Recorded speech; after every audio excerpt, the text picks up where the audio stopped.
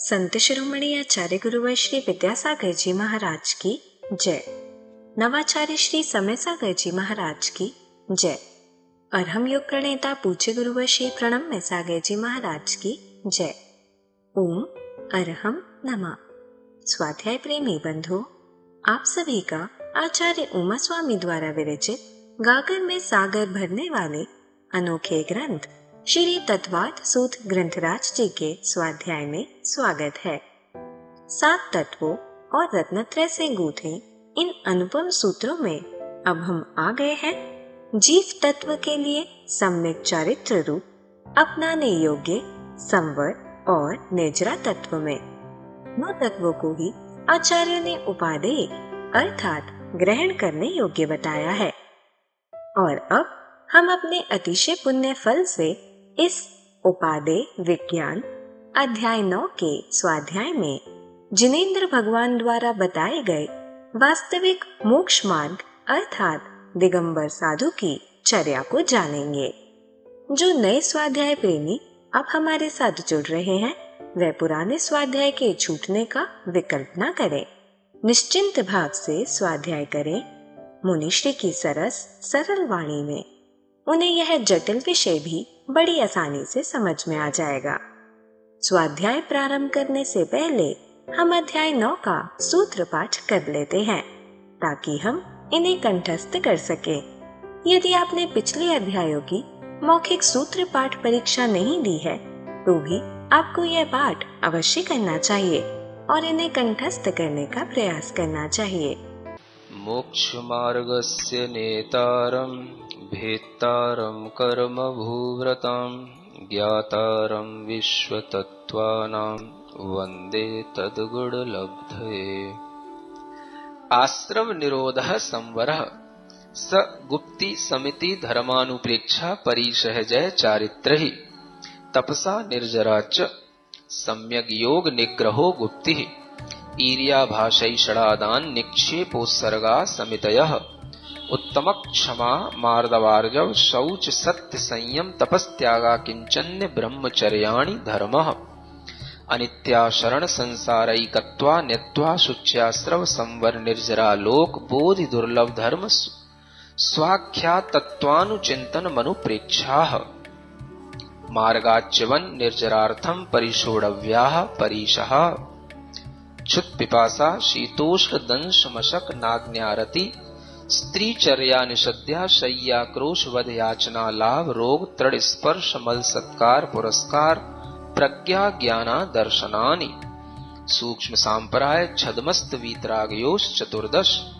एकादश जिने बादर्श सांपराये सर्वे ज्ञानावरणे प्रज्ञा ज्ञाने दर्शन मोहांतराययो रदर्शना लाभौ चारित्र मोहे नाग्न्यारति स्त्री निसद्या क्रोश याचना सत्कार पुरस्काराः वेदनीये शेषाः एकादयो भाज्या युगपदे कस्मिन्नई कौन विंशतेः सामायिकच्छेदोपस्थापना परिहार विशुद्धि सूक्ष्म सांपराय यथाख्यात मिति चारित्रम् अनशनाव मौदर्य वृत्ति परिसंख्यान रस परित्याग विविक्त शय्यासन कायक क्लेशा वायम तपः प्रायश्चित्त विनय वैयावृत्त स्वाध्याय व्युत्सर्ग ध्यानान्युत्तरम् नव चतुर्दश पंच द्विभेदा यथाक्रमं प्राक ध्यानात् आलोचना प्रतिक्रमण तदुभय विवेक व्युत्सर्ग तपश्छेद परिहारोपस्थापनाः ज्ञान दर्शन चारित्रोपचाराः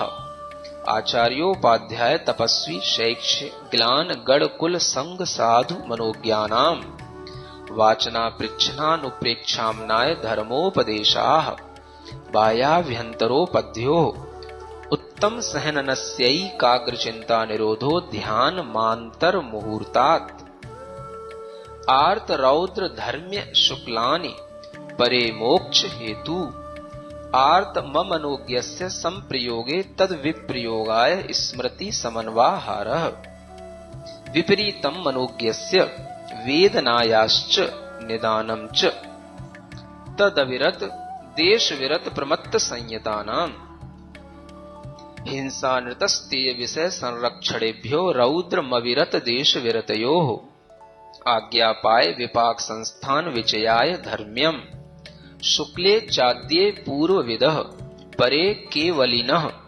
पृथक्त्वैकत्व वितर्क सूक्ष्म क्रिया प्रतिपाति विपरीत क्रिया निवर्तीनि त्रिएक योग काय योगा योगानाम एकाश्रये सवितर्क विचारे पूर्वे अविचारम द्वितीयम् वितर्कः श्रुतम् विचारोर्थ व्यंजन योग संक्रांति सम्यक दृष्टि श्रावक वीरतानंत वियोजक दर्शन मोह छपकोप समकोप शांत मोह छपक क्षीण मोहजना क्रमशो संख्ये गुण निर्जराः पुलाक बकुश कुशील निर्ग्रंथ स्नातकाः निर्ग्रंथाः संयम श्रुत प्रतिसेवना तीर्थ लिंग लेश्योपपाद स्थान विकल्पतः साध्याः इति तत्वार सूत्रे 9वां। पूज्य मुनि श्री कहते हैं कि सिर्फ सूत्र के पाठन से ही हमारी विशुद्धि कई गुना बढ़ जाती है। तो आइए अब हम चलते हैं उपादेय विज्ञान की कक्षा की ओर।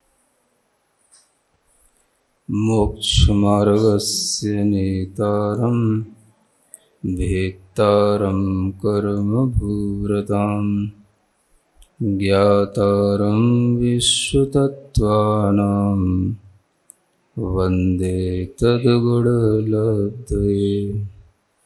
देवादिदेव आदिम तीर्थंकर श्री ऋषभनाथ भगवान की, वर्तमान शासन नायक श्री वर्धमान महावीर भगवान की, परम पूज्य आचार्य गुरुवर श्री विद्यासागर जी महाराज की। और भाजन का भी परिसंख्यान हो सकता है। भाजन माने पात्र। हमें जो भोजन दिया जा रहा है वो हमको वो किस पात्र में दे रहा है समझ आ रहा है? अब आप कहोगे आपको क्या मतलब महाराज पात्र से, आपको तो भोजन से मतलब तो नियम लेने वाला वृत्ति परिसंख्यान किसी भी रूप से कर सकता है, वो उसके लिए छूट है। आप कहोगे ये चीज आप लेते थे, अब आप आज क्यों नहीं ले रहे हैं, तो उसका कोई वृत्ति परिसंख्यान हो सकता है कि हमें ये चीज इस रूप में मिलनी चाहिए, वो उस रूप में नहीं मिल रही है, इस पात्र में मिलनी चाहिए, वो उस पात्र में नहीं मिल रही है, वो उसका अपना वृत्ति परिसंख्यान है। तो वो क्यों है? वो उसका अपना तप है, वो आप नहीं समझ सकोगे। और वो तप से वो अपने देखो अपने मन को नियंत्रित रखता है, उसे वो चीज लेना भी है, लेकिन वो ये देख रहा है अगर इस विधि से मिलेगी तो लूंगा, नहीं मिलेगी तो नहीं लूंगा। तो लेना तो है, अब वो दे दे उस विधि से तो ले लेगा और नहीं मिलती है तो क्लेश नहीं करेगा, बाद में चिल्लाएगा नहीं तुझे देना नहीं आता, कि तूने ऐसे दे दिया, कि वैसे दे दिया, कि तुझे विधि मिलानी नहीं आती, कि ऐसा कुछ नहीं कहेगा। समता भाव से आनंद लेगा। देखो मेरे पुण्य में कितना है वो ये देखता है, इससे पुण्य की एक पैमाना है ये कि मेरे भाग्य में कितना है, थोड़ा ये भी तो देखें। ऐसा थोड़ी नहीं कि बिल्कुल हाथ खुले रख दिए जो भी आया चलता रहे तो वो अपने थोड़ा सा पुण्य भी देखता है कि वह हमारे भाग्य में होगा तो हमें वो विधि मिल जाती है, मिल जाएगी, है ना। उतनी ही लेता है जितनी उसके अंदर सामर्थ्य होती है। 1 दिन की भी ले सकता है, 2 दिन की भी ले सकता है, 3 दिन की भी ले सकता है, कितने ही दिन की ले सकता है। यहाँ तक भी ले सकता है कि जब तक इस तरह की विधि नहीं मिलेगी मैं आहार ग्रहण करूँगा ही नहीं, या आहार ग्रहण करते हुए भी कोई भी जो वस्तु है, वस्तु विशेष जो हमें लेना है, वो अगर इस विधि से मिलेगी तो लूंगा, अन्यथा देखता हूँ कब तक त्याग चलेगा इसका। तो वो क्या कहलाएगी? उसका त्याग कहलाएगा। समझ आ रहा है? तो ये वृत्ति पर संज्ञान है। ये जो है अपनी इच्छा को रोकने के लिए ये एक बहुत बड़ा उपक्रम है। तो इसमें जो अनशन होता है, अमोदर्य होता है, उससे भी ज्यादा इसमें इच्छा पे नियंत्रण होता है। और यह उन लोगों के माध्यम से होता है कि जिन्हें उस तरह की वृत्ति अपनाने से उनके शरीर पर कोई प्रभाव नहीं पड़ता, या उससे वो कोई दुखी नहीं होते, या उसके कारण से उनकी कोई भी दिनचर्या में या आवश्यकों में कोई कमी नहीं आती। तो वह अपने पुण्य को आजमाने के लिए इस तरह से तरह तरह की वृत्तियां ले सकते हैं। तो एक मतलब मुख्य बात यह है कि वृत्ति पर संख्यान इसी का नाम नहीं है कि केवल जो है श्रावक पड़गाहन के समय पर ही जो है विधि मिलाता है। वो विधि क्या उस समय का भी, पड़गाहन का भी वृत्ति पर संख्यान हो सकता है कि इतने श्रावक मिले, या हाथ में श्रावक ये लिए हो, कि वो कुछ भी विधि हो सकती है। लेकिन वह विधि वृत्ति पर संख्यान की वहीं पे नहीं मिल जाती है। कई बार वृत्ति पर संख्यान चौके के अंदर भी होता है। हमें किस आसन पर बैठना है, किस भोजन में क्या क्या चीज़ मिली होनी चाहिए तो हम भोजन लेंगे, किस बर्तन में भोजन दिया जाएगा तो भोजन तो हम लेंगे, वो बर्तन कैसा होना चाहिए, ये सब चीज़ें कभी किसी की भी चीज़ की विधि हो सकती है। दाता विशेष का भी हो सकता है, वो दाता आहार देगा, वो देगा वो चीज़ तो लेंगे, दूसरा देगा तो नहीं लेंगे। ये क्या हो जाएगा? ये सब वृत्ति पर संख्यान है। तो ये वृत्ति पर संख्यान के माध्यम से भी क्या होता है? अपनी इच्छाओं को रोकना होता है, क्योंकि उस समय दाता तो विधि मिलाएगा नहीं, जो जिसके मन में आ गया वो देता है, और वह जो है अगर उसे मिल गया अपने संकल्प के अनुरूप तो ले लिया, और नहीं मिला तो नहीं लिया। तो इस तरह से सामने होते हुए भी ये अवमोदर्य से बढ़कर के वृत्ति पर संज्ञान क्यों हो गया? क्योंकि इसमें वो चीज सामने है और वह देख रहा है कि हो सकता है अब इसके समझ में आ जाए, हो सकता है अब इसकी समझ में आ जाए, और हो सकता है अब इसकी समझ में आ जाए, और हो सकता है कि बिल्कुल समझ में ना आए, आधा घंटे में बिल्कुल समझ में भी ना आए। तो ये भी होने के कारण से उसकी वह मतलब वृत्ति पर संख्यान में इच्छा और वस्तु सब सामने है, लेकिन विधि नहीं मिलने के कारण से वो अधिक उसमें इच्छा का निरोध हो रहा है। तो अवमोदर्य से भी ज्यादा इच्छा निरोध इसमें हो जाता है, क्योंकि अवमोदर्य में तो केवल अपने लिए करना है, थोड़ा सा भूख से कम, उदर में कम, वो तो अपने लिए लेना है, तो कोई दूसरी चीजें कोई भी चीजें आ गई वो ले ली, लेकिन अब इसमें चीजों का ही उसने वृत्ति पर संख्यान कर लिया। तो ये इसलिए इससे भी बढ़ करके हो जाता है, ये वृत्ति पर संख्यान नाम का है। कोई भी जिन्हें तप करने का अभ्यास करना है वो सब कर सकते हैं। अगर श्रावक करना चाहे तो श्रावक भी कर सकता है, क्योंकि श्रावक वृत्ति पर संज्ञान कब करेगा? जब श्रावक थोड़ा सा किसी पर डिपेंड हो।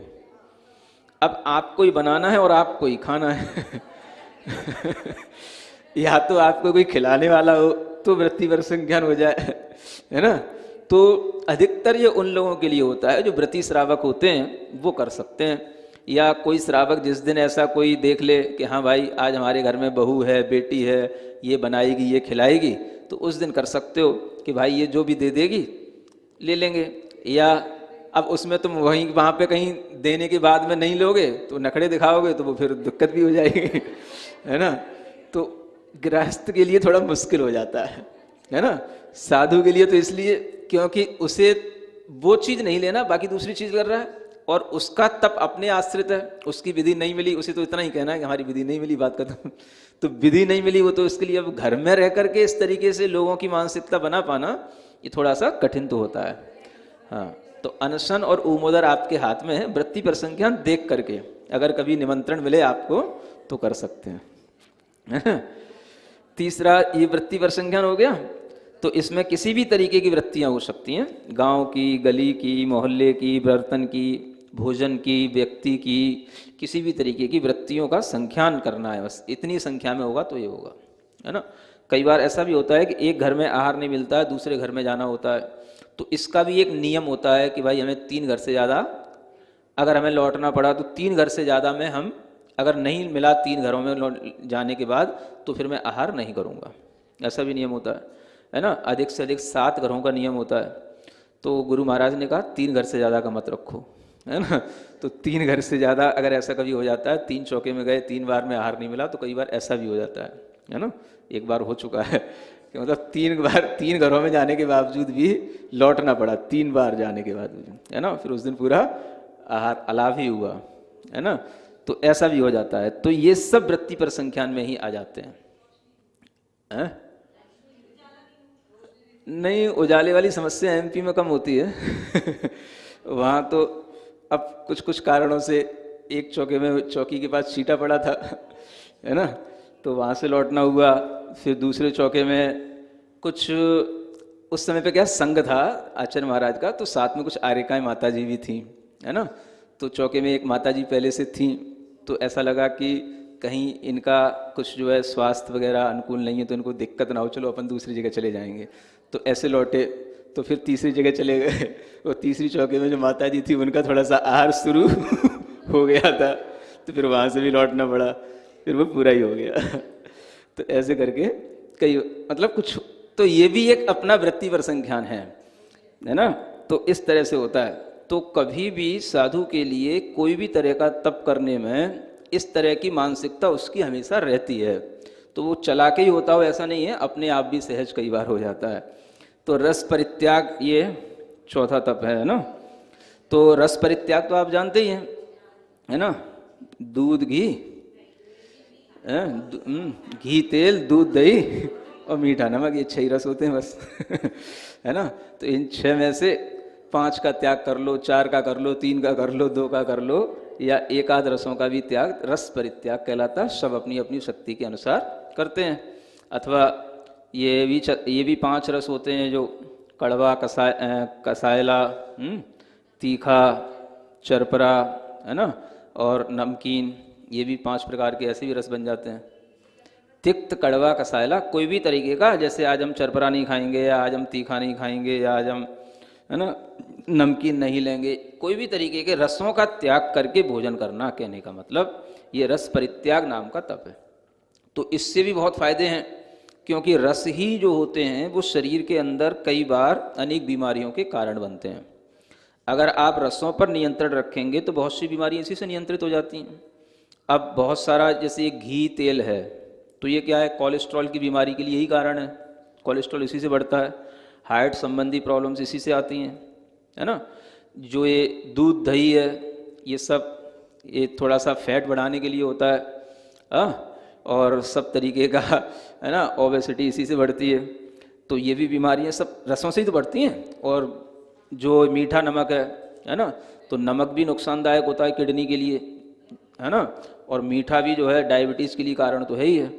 तो हर चीज़ अगर लिमिट से ज़्यादा होती है, या उसका हम त्याग करके अपने जो शरीर के विकार हैं उनको बढ़ने नहीं देते हैं, तो वह रस परित्याग तप के माध्यम से ही संभव होता है।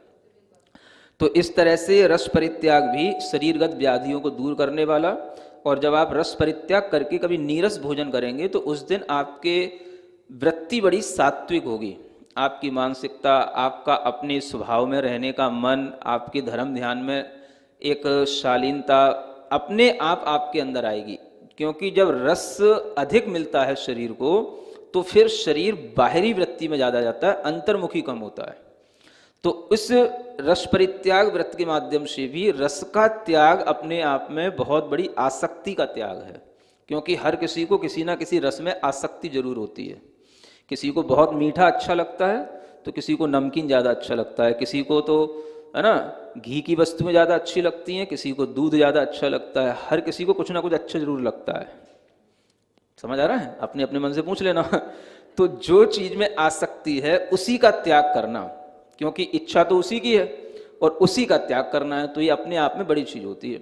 और कभी कभी तो ऐसा होता है कि जिस व्यक्ति के लिए पूरा का पूरा भोजन दे दिया जाए, लेकिन उसे जिस चीज़ में रस है वो ना मिले, तो उसे ऐसा लगता है आज हमने कुछ खाया ही नहीं। तो उसके मन में हमेशा अभाव सा बना रहता है। तो वो अभाव को जीतना, कोई अभाव नहीं रखना, जो है उसी को लेना। और उसमें भी रस के त्याग के साथ में जो नीरस भोजन करने का लाभ यह है कि व्यक्ति संलेखना के लिए अगर तैयार हो पाता है, तो नीरस भोजन का जिसके लिए अभ्यास है वो अच्छी संलेखना कर सकता है। क्योंकि अगर संलेखना के समय पर किसी भी तरीके का रसासक्ति हुई तो बहुत दिक्कत देती है। एक दादाजी थे, मालूम है, उनको बूरे की बड़ी आसक्ति थी, बूरा, हाँ, मीठे की। तो वो क्या करते थे कि मतलब व्रती थे वो, तो जैसे उनके लिए इतनी छूट रहती थी, आपको अपना मन चाहे लेना है, लेकिन उनकी एक आदत थी, क्या करते थे, 1 गिलास दूध है तो 1 गिलास दूध में कम से कम 4 चम्मच बूरा डालते थे, बड़ा वाला चम्मच। समझ आ रहा है ना? हाँ, और स्वस्थ थे, डायबिटीज कुछ नहीं, लेकिन उन्हें पचाने की भी क्षमता थी, और वो इतना, उन्हें उसके बिना उनको भोजन ही नहीं लगता था। तो ये होता है। तो वो चीज़ जब आचार्य महाराज के पास में उनकी समाधि के लिए निवेदन हुआ, ये किया, तो उनने पूछा भाई क्या, तो उनको पता पड़ा कि ऐसा है। तो सबसे पहले फिर वही चीज़ पे रोक लगाई जाती है कि जब तक आपकी इस चीज़ पे आसक्ति नहीं हटेगी, इसको अगर आप रोक नहीं पाओगे तो समाधि नहीं ले पाओगे। तो उनने रोका, रुक गई वो चीज़, और उनकी समाधि भी हुई। तो ये कठिन होता है, इसलिए किसी भी रस में आसक्ति को जीतने के लिए रस परित्याग करते रहना चाहिए। कोई भी रस में अत्यधिक आसक्ति नहीं होनी चाहिए। ऐसा नहीं कि इसके बिना हम नहीं रह सकते हैं। ये जो है रस परित्याग के माध्यम से आती है ना। तो ये भी एक तप है। और अंत में क्या है, विविक्त शय्यासन, अच्छा अभी तो 2 और हैं। विविक्त शय्यासन नाम का तप है। तो विविक्त शय्यासन का मतलब होता है, विविक्त माने एकांत में, शय्या माने शयन करना और आसन माने बैठना। तो ऐसी एकांत स्थानों पर जहाँ पर लोगों का आना जाना ना हो, विशेष रूप से जो अलग तरह की स्त्रियां होती हैं, पशु होते हैं, उनका आना जाना ना हो, जो अपने धर्म ध्यान में बाधक डालें, ऐसे स्थानों से बच कर के रहने का नाम विविक्त शय्यासन कहलाता है। जहाँ घरों में अनेक तरह के साज श्रृंगारों से युक्त लोग होते हैं, उन घरों में नहीं रुकना, या घरों में रहने पर जो फीलिंग आती है कि हम गृहस्थों के घरों में रह रहे हैं, वो तरह की फीलिंग से बचने के लिए एकांत ऐसे स्थान पर रुकना जहाँ पर किसी का कोई भी स्वामित्व ना हो, और कोई भी आए तो दर्शन के रूप में आए। ऐसा नहीं है कि वो उनका रास्ता ही है, उनका मार्ग ही है, उन्हें वहाँ रहना ही है। उस स्थान पर नहीं रोकने का नाम विविक्त शय्यासन कहलाता है।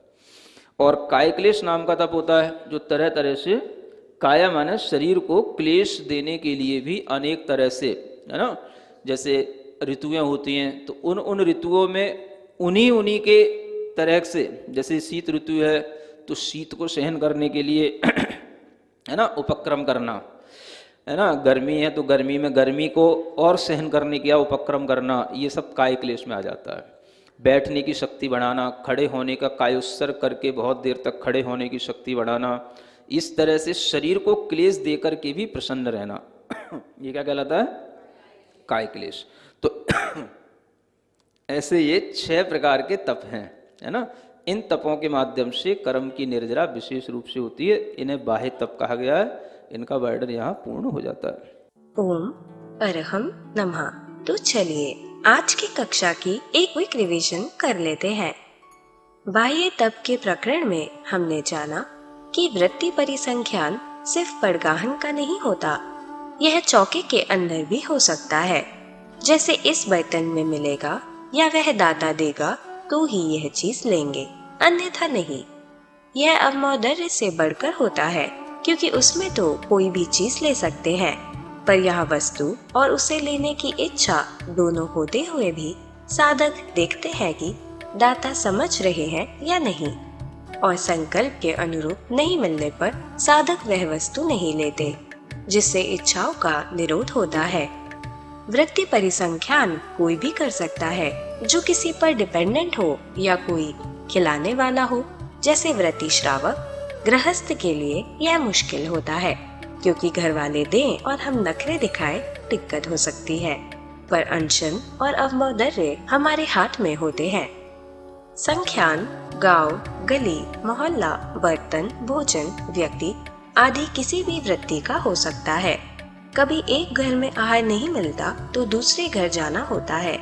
ऐसे अधिकतम 7 घरों में जा सकते हैं। आचार्य श्री 3 घरों की सीमा कहते हैं। एक बार मुनिश्री का 3 चौकों से लौटने पर यह तप हुआ था। यह कई बार अपने आप भी हो जाता है। चौथे रस परित्याग तप में कुछ या सारे रसों का त्याग पूर्वक आहार करते हैं। रस 6 होते हैं, घी, तेल, दूध, दही और मीठा नमक, या फिर 5 होते हैं, कड़वा, कशैला, तीखा, चरपरा और नमकीन। रसों पर नियंत्रण रखने से बीमारियां नियंत्रित होती हैं। लिमिट से अधिक घी तेल से कोलेस्ट्रॉल और हार्ट संबंधी प्रॉब्लम, और दूध दही से फैट, ओबेसिटी होते हैं। नमक किडनी के लिए नुकसानदायक होती है और मीठे से डायबिटीज होती है। रस परित्याग से ये विकार नहीं बढ़ते और हमारे अंदर सात्विक वृत्ति, अपने स्वभाव में रहने का मन, धर्म ध्यान में शालीनता अपने आप आदि है। क्योंकि रस अधिक मिलने पर शरीर बाह्य वृत्तियों में ज्यादा जाता है, अंतर्मुखी कम होता है। रस त्याग से आसक्ति का त्याग होता है। हमारी किसी न किसी रस में आसक्ति रहती है। जिस चीज में हमारी आसक्ति है, हमें उसी का त्याग करना चाहिए। किसी किसी को पूरा भोजन होने पर, अपने मनपसंद रस ना मिलने पर मन में अभाव बना रहता है, जैसे कुछ खाया ही नहीं। हमें इस अभाव को जीतना है। नीरस भोजन के अभ्यास से संलेखना अच्छे से हो पाती है, अन्यथा उसमें दिक्कत होती है। आचार्य श्री ने एक दादाजी को संलेखना से पहले उनके बूरे में अत्यधिक आसक्ति को ही हटवाया, तब उनकी समाधि हुई। किसी भी रस में अत्यधिक आसक्ति कि हम इसके बिना नहीं रह सकते, ऐसा नहीं होना चाहिए। इसे जीतने के लिए रस परित्याग करते रहना चाहिए। 5वें विविक्त शय्यासन का अर्थ है विविक्त मतलब एकांत में, शय्या मतलब शयन करना और आसन में बैठना, जहाँ लोगों का, अलग तरह की स्त्रियों का या पशुओं का आना जाना हो, जो अपने धर्म ध्यान में बाधक डाले, या गृहस्थों के घर जहाँ यह फीलिंग आए कि हम गृहस्थ के यहाँ रह रहे हैं। ऐसे स्थानों से बचकर वह स्थान जिसका कोई स्वामी नहीं हो, जो किसी का मार्ग नहीं हो, कोई आए तो बस दर्शन के लिए, ऐसे एकांत में रहना विविक्त शय्यासन कहलाता है। 6, काय क्लेश तप में काय मतलब शरीर को क्लेश देकर भी प्रसन्न रहा जाता है। शीत ऋतु में और अधिक शीत सहना, गर्मी में और अधिक गर्मी सहना, बैठने की शक्ति बढ़ाना, काय उत्सर्ग करके बहुत देर तक खड़े होने की शक्ति बढ़ाना, यह सब काय क्लेश में आता है। तो चलिए अब हम सभी जुड़वाणी स्तुति करेंगे और तत्पश्चात समय होगा आज के सवाल का। सिरिजिणवाणी जग कल्याणी जग जन मदतम मोहरी जनमण हारी गढ़हर हारी जम जरा भव रोग हरि तिथियराणम दिव्य झुणिम जो पढ़ई सुणई मय्ये धारई राणम सौख मणंतम धरिय सासद मोक्ष पदम पावई सासद मोक्ष पदम पावई। अब समय है आज के प्रतियोगिता प्रश्न में भाग लेकर आकर्षक पुरस्कार जीतने का। आप अपने फोन को QR कोड स्कैन करने के लिए तैयार रखें या दिए गए लिंक पे जाएं। आप अपना उत्तर चुनकर हमें कल शाम 5 बजे तक भेज सकते हैं। 3 भाग्यशाली विजेताओं को मिलेंगे आकर्षक पुरस्कार। विजेताओं का नाम इसी कार्यक्रम में हर रविवार को घोषित किया जाएगा। साथ ही सभी प्रश्नों के सही उत्तर भी बताए जाएंगे। आज का सवाल है, घी तेल का त्याग कौन से तप में आएगा? अवमौदर्य तप, वृत्ति परिसंख्यान तप, रस परित्याग तप, विविक्त शय्यासन। अध्याय 9 की कक्षा 27 के आज के सवाल का सही उत्तर है वृत्ति परिसंख्यान तप। अगर आप किसी कारणवश कोड को स्कैन ना कर पाए हों तो आप क्लास की वेबसाइट पर जाकर भी उन्हें अटेम्प्ट कर सकते हैं। इस लिंक पर जाएं या QR कोड को स्कैन करें। धन्य है हमारा पुण्य जो मुनिश्री ने हमें उपादेय विज्ञान जैसे कठिन विषय को इतनी सरलता से समझाया, जिससे हम पंच परमेष्टि में आसीन आचार्य, उपाध्याय और साधु परमेष्टि के मूल गुणों और चर्या संबंधी भ्रांतियों को दूर करके श्रावक धर्म को निभा पाए और सच्चे गुरु के प्रति समर्पित हो पाए। और यह ज्ञान आप अपने परिवार, मित्र, समाज के लोगों को इस स्वाध्याय से जोड़कर उन तक दे सकते हैं। आप सिर्फ उन्हें हमारी वेबसाइट ttv.arham.yoga शेयर करें और उन्हें यह सभी क्लासेस मिल जाएंगी। अभ्यास प्रश्न करके आप अपने ज्ञान को प्रगाढ़ करने का मौका और आज के सवाल में पुरस्कार जीतने का मौका भी पा सकते हैं। तो आज ही अपने बच्चों, मित्रगणों और परिवारजनों को इससे जोड़ें और अपना और उनका पुण्य बढ़ाएं। ओम अरहम नमः।